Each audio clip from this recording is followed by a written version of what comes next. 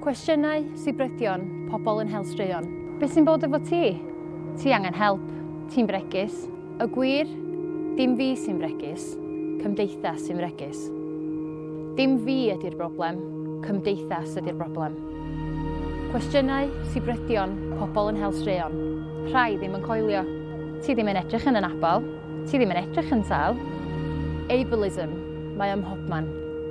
Gwahaniaethu a rhagfarn, ymhocad cymdeithas.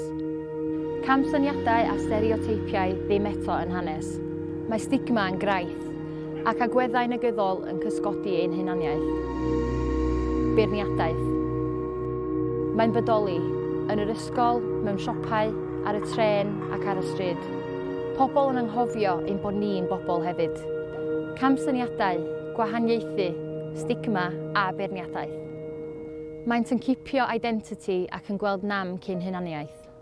Gwybodaeth, adeiladau a lleoliadau anhygyrch.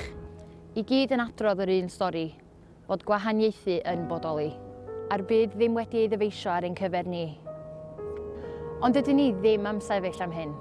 A'r byd sydd yn syn pan da ni'n llacio greuddyn rhagfarn.